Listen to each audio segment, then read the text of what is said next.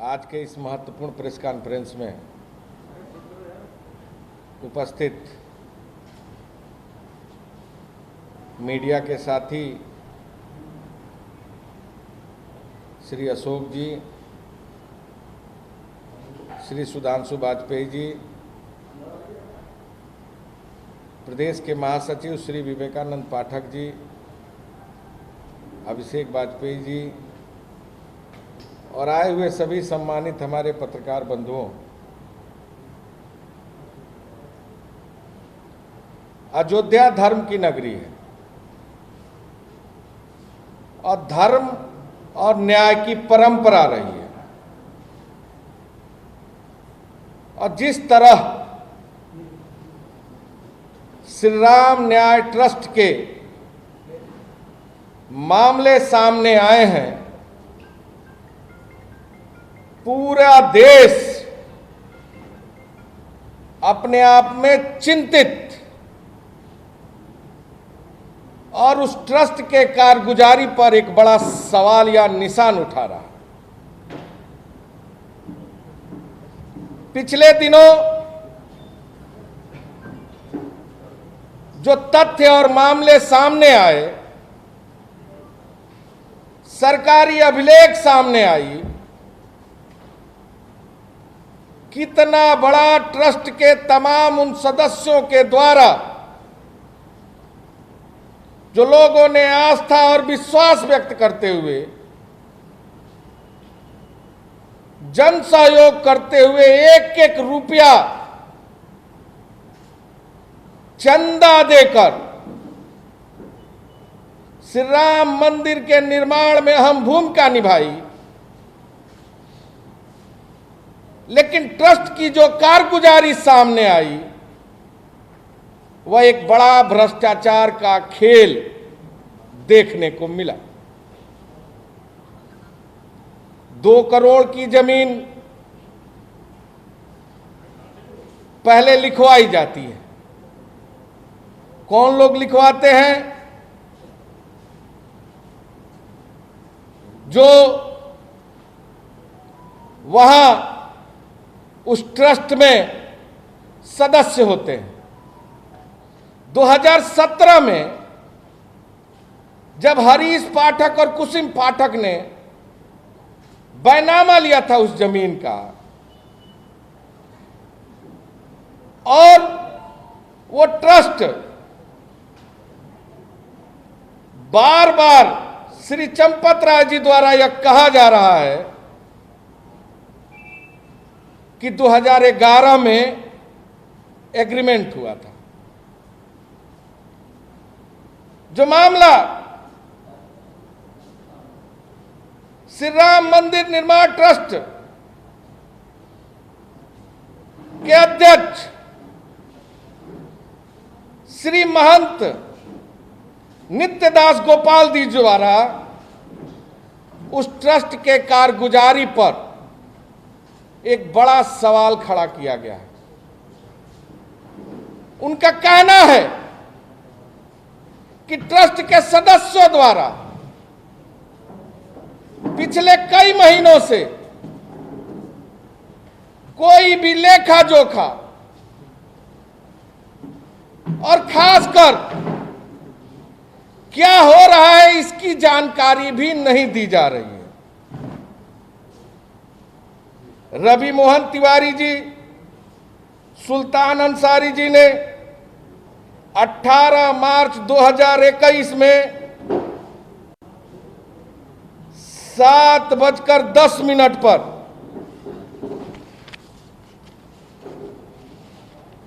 जमीन खरीदी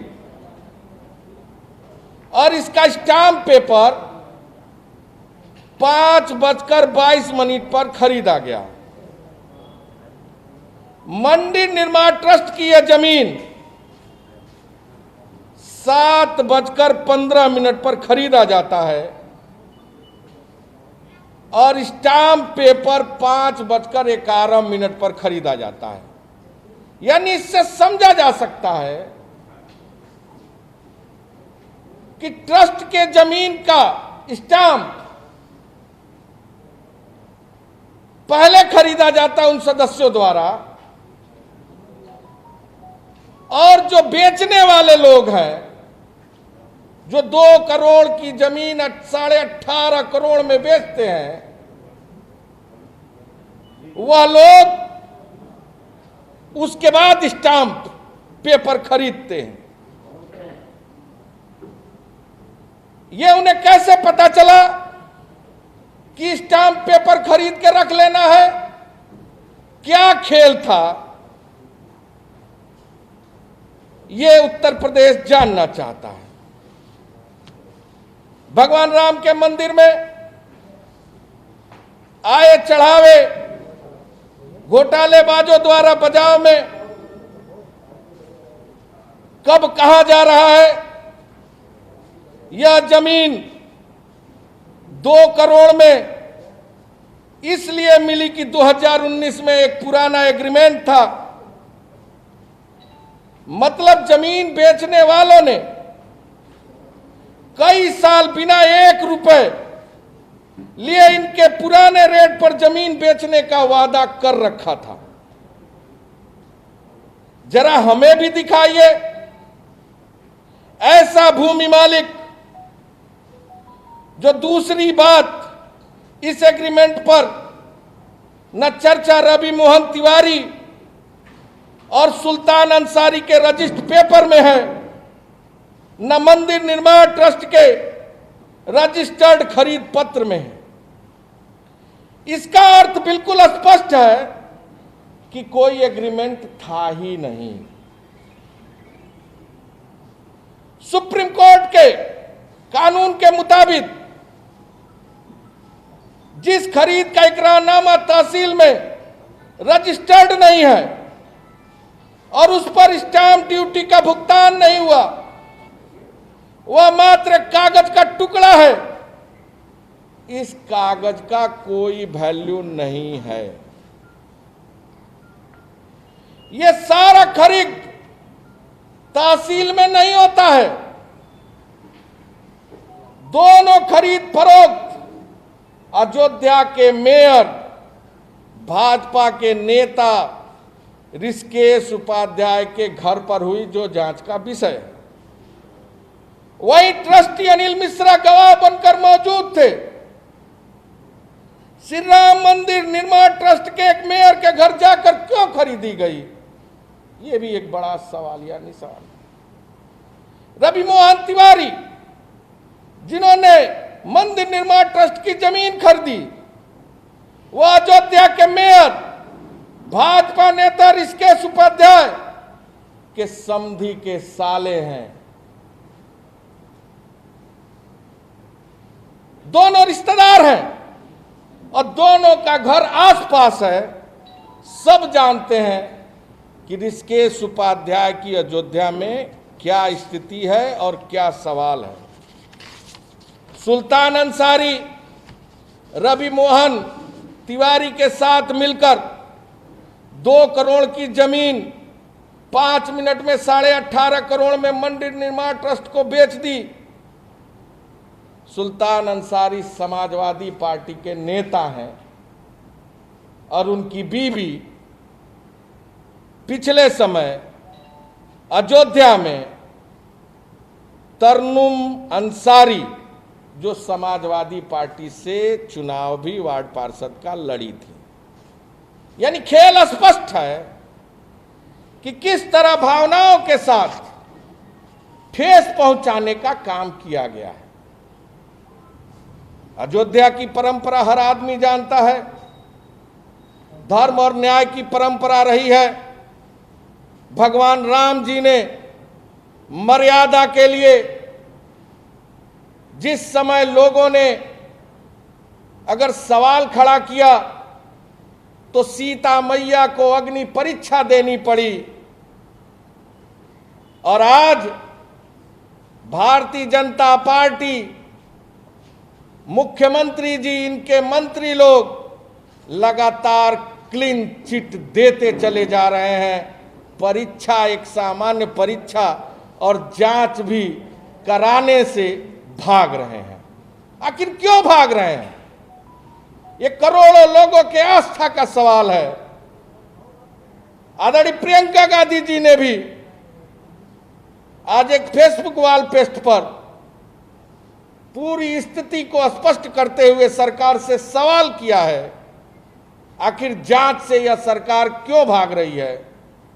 जो मंदिर के पुजारी हैं आचार्य सत्येंद्र दास जी और अयोध्या के तमाम साधु संतों का भी यह कहना है कि इसकी जांच होनी चाहिए, तो सरकार इससे क्यों भाग रही है।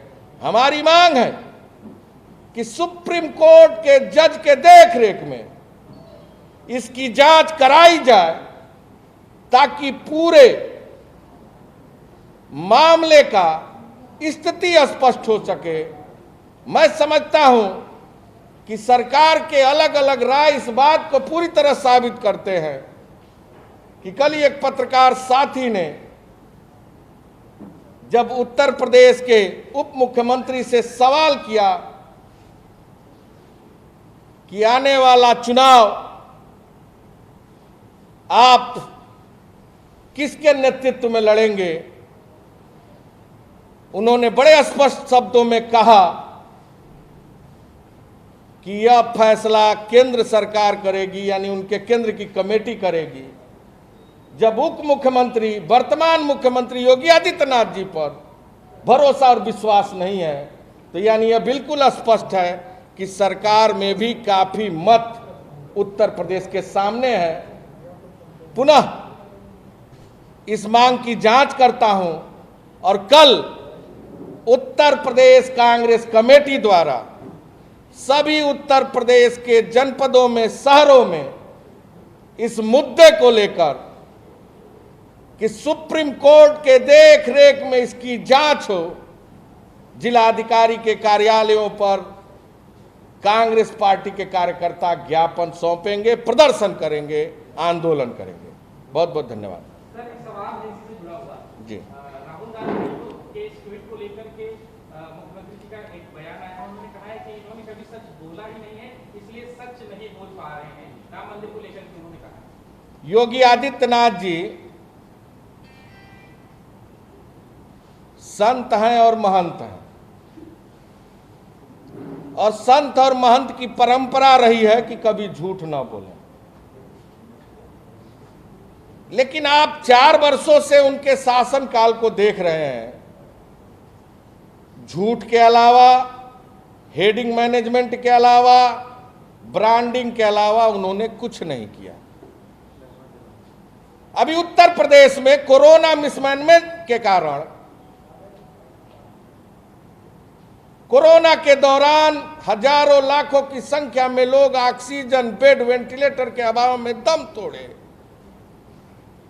मुख्यमंत्री जी ने हवाई सर्वे किया, 18 मंडल और 75 जनपदों में जाकर लोगों का हाल चाल जाना, अस्पतालों के डॉक्टर से मिले, लेकिन उन्होंने क्या कहा? सब ठीक ठाक।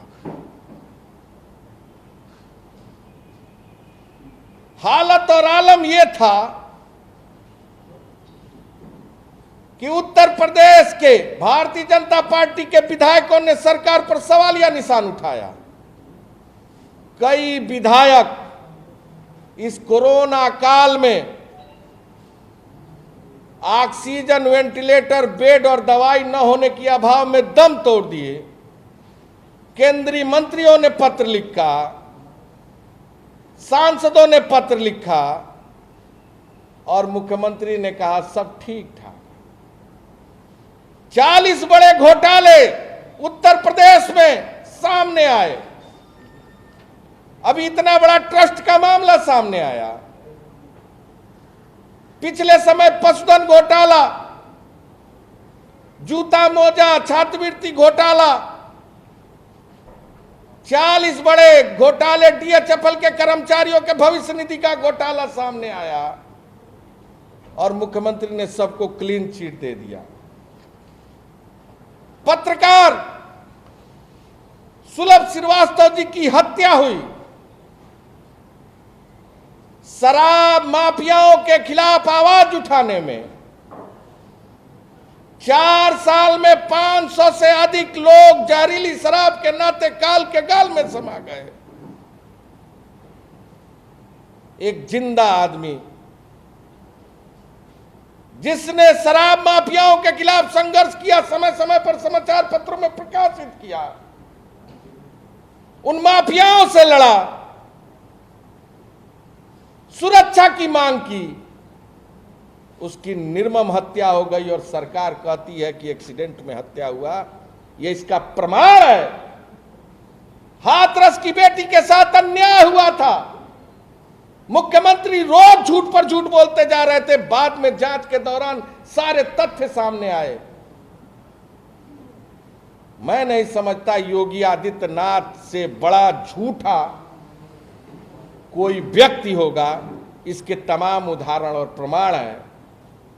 तो जो झूठ के चद्दर को ओढ़ के लिपट के सो रहा हो, वह दूसरे को आईना दिखाना बंद करे, पहले अपने आप को आईने में देखे।